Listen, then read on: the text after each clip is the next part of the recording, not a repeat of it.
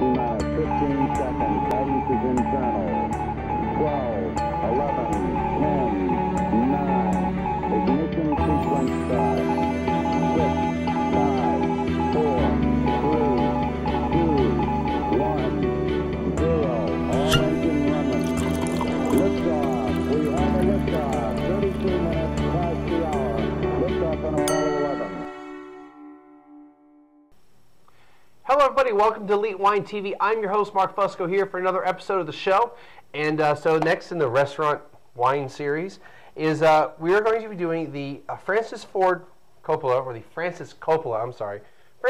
Diamond Collection Blue Label Merlot 2008 from California. And this wine, retail at my local specs, was $12.49. It will retail in a restaurant for approximately 40 to 50 bucks a bottle. If you bought it from the Coppola winery, they will charge you $19 online, and their fact sheet suggests that you sell it for $18.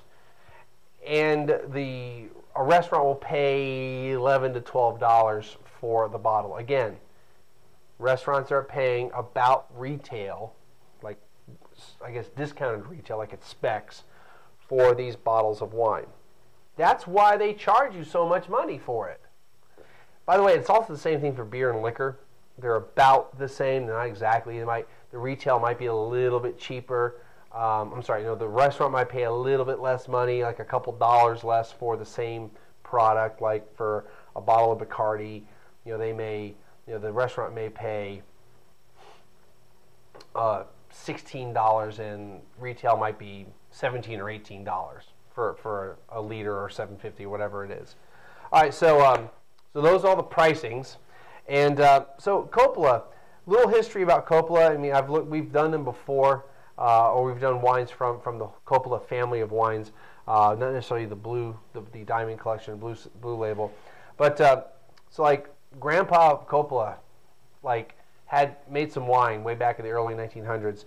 Francis got into it from that, and in the 70s, once The Godfather came out and he had a bunch of money, he bought the Inglenook winery, and he bought all the land around it, and part of that included was called the Rubicon Estate.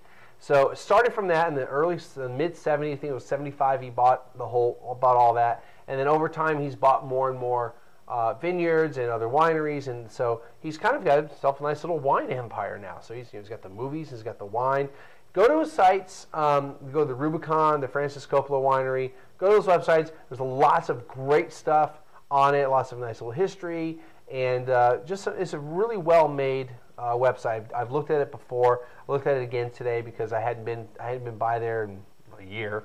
So, but anyway, fact sheets.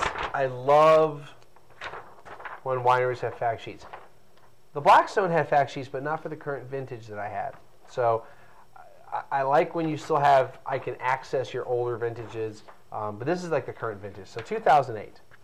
Winemaker is Corey Beck, by the way. So let's go down. Let's tell you what you got here. You have 83% Merlot, 13% Petit Syrah, 2% Syrah, and 2% Petit Verdot. When you read the little fact sheet, they talk about that these other grapes are there to give it a little oomph on the color, they got the grapes from Napa and Sonoma. All right, but since the grapes are not from solely Napa or solely from Sonoma, they cannot call it either one, so they have to call it California. So remember, California means they get it from anywhere in California. All right, so let's check it out. They do say it's a fruit-forward wine. I can already start smelling the fruits on it, so a little more fruity or a little fruitier than the other one.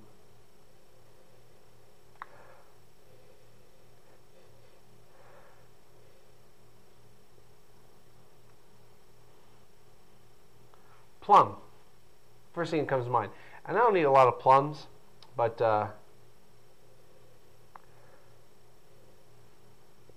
first thing that comes to mind from the aromas is plums. Plums and cherries.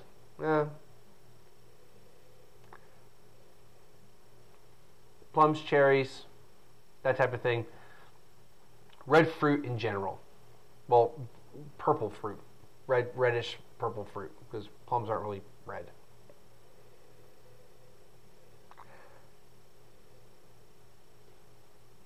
Maybe a hint of green, a hint of vegetal in there. It's pleasant. I like the other one. I like the Blackstone a little bit better, but again, that's my preference. Remember, listen to what the reviewers say. Don't listen to the scores. I may give something a 95, and because it's like perfect right up my alley, because I really, really like it, and I got seduced by it, and I said, give it a great score, but you may go, I like fruit forward wines, and you may think it's an 85 wine. Okay, so remember, listen to what they say or read what they say. Don't just go by the score. All right, so let's taste it.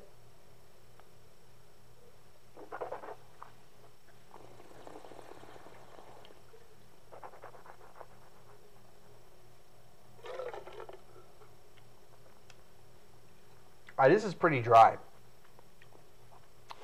So if you're in the restaurant, and this this is a Merlot, right? So we had the Blackstone, and we had this. This wine I think goes really well with like a barbecue. This wine not so much. The tannins really hit you. This is something where I want some. I mean, if the ribs are fatty ribs, like they're beef ribs, you can do it. But if like baby back ribs, they don't have a lot of fat. They're mostly meat. The fat's not going to attack those tannins, or the tannins aren't going to attack the fats as much. Again, if you're going to have, say, a fillet, something that's a lean cut of meat, it's going to work. But I think it's going to work better with like a ribeye or a strip, something or something that's a little bit fattier, maybe prime rib. But I think I'd probably go a little bit different with the prime rib. But they're basically the same cut of meat as a ribeye. So, but a ribeye is probably going to go better. I'm not a fan of ribeyes. I like leaner meats, but this I think will go better with more marbled meat.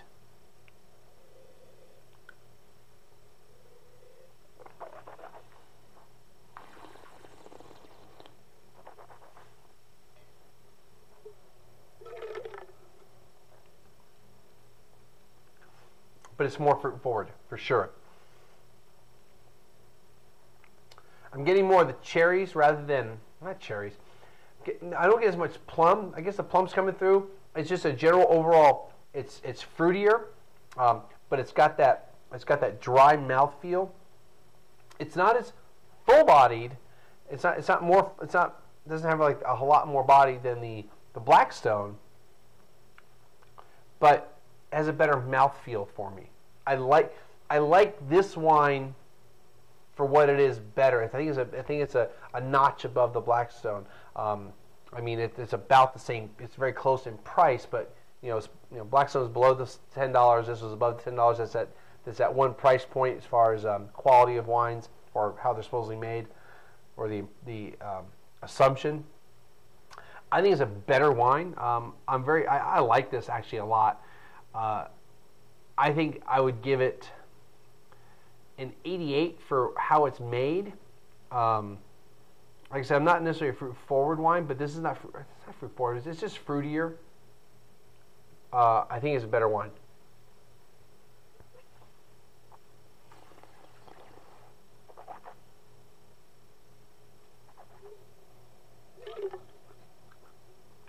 You got a bit of spice in there. It's kind of spicy fruit. A little bit of vegetal. I don't get like the peppers. It's more just kind of spiciness. It's good. I say if you can get it for $12.50 a bottle, 12, 13, if you can find it for like 11, absolutely buy it. If this is the style of wine you like to have with your steaks and you have it by the glass, get it at a restaurant. Highly would recommend that. I would highly recommend this wine for my palate and for most people's palates. All right, so just did the Riesling episode, or an episode, but I did the whole Riesling testing live. Hopefully you were watching on Ustream. I'm going to try to have some more of these things in the future. And that's going to do it. We'll see everybody again next time.